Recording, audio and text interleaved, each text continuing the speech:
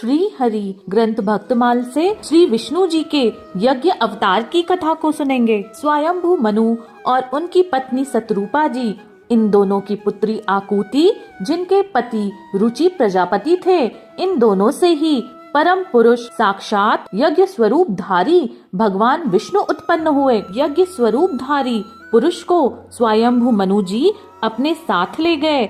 उनकी पुत्री आकुति और रुचि प्रजापति ने दक्षिणा नाम की एक कन्या को अपने पास रखा, परंतु जब दक्षिणा विवाह के योग्य हो गई तो उन्होंने यज्ञ भगवान को ही अपने पति के रूप में प्राप्त करने की इच्छा की।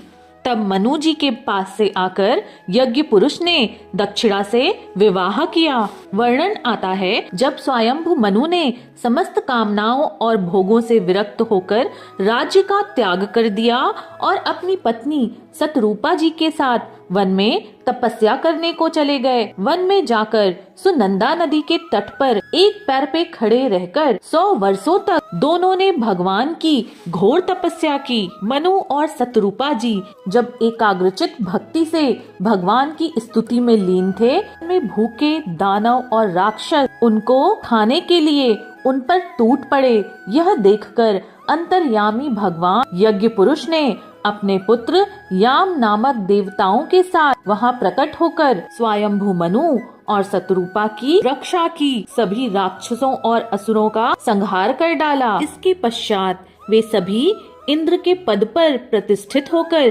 स्वर्ग का शासन करने लगे।